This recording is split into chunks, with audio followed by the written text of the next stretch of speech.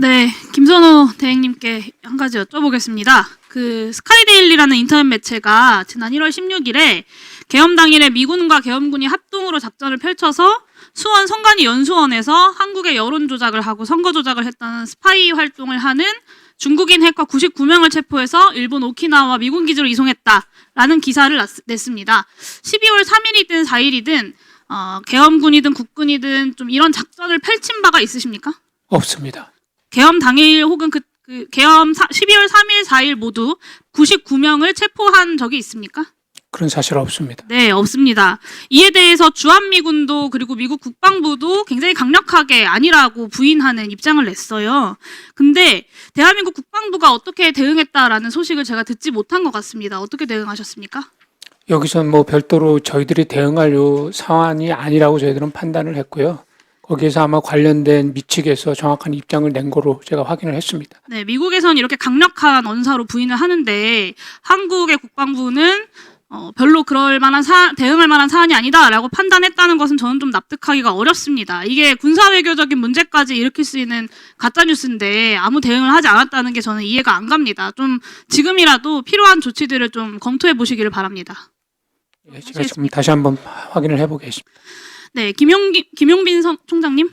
네, 스카이데일리에 이런 보도가 나간 1월 16일 그 헌법재판소 윤석열 탄핵심판 2차 변론 기일이었습니다. 여기서 피청구인 측의 배진한 변호사가 이 기사를 길게 인용을 하면서 미국에서 조사를 했다면 곧 발표를 하겠죠라고 이야기했습니다. 다시 한번 확인하겠습니다. 이 뉴스 가짜뉴스 맞죠? 가짜뉴스 맞습니다. 네. 스카이데일리는 지금도 이 이야기가 진실이라는 입장 하에서 계속해서 비슷한 논조의 이야기를 내보내고 있습니다. 사실 지난 5년 동안 150건의 부정선거 소송에서 선관위가 150번 다 승소했음에도 불구하고 이 부정선거론이 수그러들지 않고 있는데요. 총장님은 이게 좀 어떤 이유라고 생각하십니까? 여기서 제가 어떤 이유 가짜뉴스가 수그러들지 않는 이유. 글쎄요, 저희들이 그 대응을 소극적으로 했다는 그런 점도 있고. 저는 이렇게 생각합니다. 그러니까 부정선거론을 퍼뜨리고 주장하고 다니는 사람들의 심리 상태가 그리고 동기가 진실에는 관심이 없다라는 것입니다. 그러니까 자신을 이것이 진실이든 아니든 원하는 바와 목적하는 바가 있다는 거죠. 그러니까 자신이 믿지 않는 거짓을 다른 사람한테는 믿도록 하면서 그거를 믿은 상대방으로부터 어떤 경제적인 이득을 취하는 걸 형법에서는 사기죄라고 하지 않습니까? 저는 이 부정선거론은 정치적 사기라고 생각합니다. 자신은 믿지 않으면서 더 많은 사람들이 이 부정선거론을 믿게 만들므로써 정치적으로 득실을 얻기 위하여 벌이는 사기극이라고 보는 건데요. 구속된 내란수계의 입장에서 이 부정선거론의 가치론이 뭐겠습니까? 그 윤석열 내란수계가 자꾸 부정선거를 이야기하는 이유는 뭐라고 생각하십니까?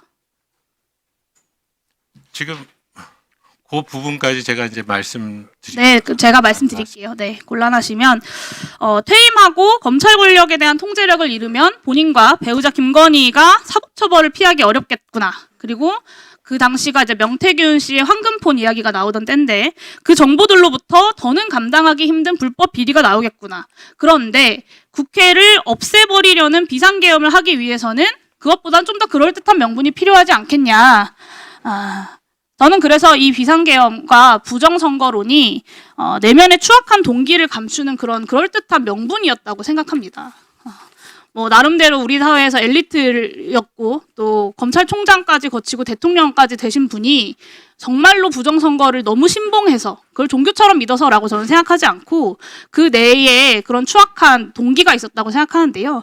만약에 진짜로 부정선거론을 믿었다면 야구방망이라거나 뭐 작두형 절단기라거나 뭐 복면 같은 이런 고문도구들을 준비하고 최정예 대공신문 요원들에게 선관위 주요 간부들은 물론이고 현직 대법관인 중앙선관위원장을 먹이로 던져줄 생각을 저는 과연 감히 할 수 있었을까라고 생각합니다.